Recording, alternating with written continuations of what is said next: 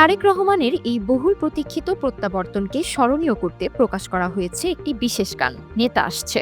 জনপ্রিয় সঙ্গীতশিল্পী নাজমুন মুনিরা ন্যান্সি ও সালমান রাজের কণ্ঠে গানটি এরই মধ্যে সামাজিক যোগাযোগ মাধ্যমে ব্যাপক সাড়া ফেলেছে। মিজানুর রহমানের লেখা গানটির সুর করেছেন পলক হাসান সুমন, সঙ্গীতায়োজন করেছেন এন ফরহাদ। পুরো বিষয়টির গ্রন্থনা ও সার্বিক তত্ত্বাবধানে ছিলেন চিত্রনায়ক হেলাল খান।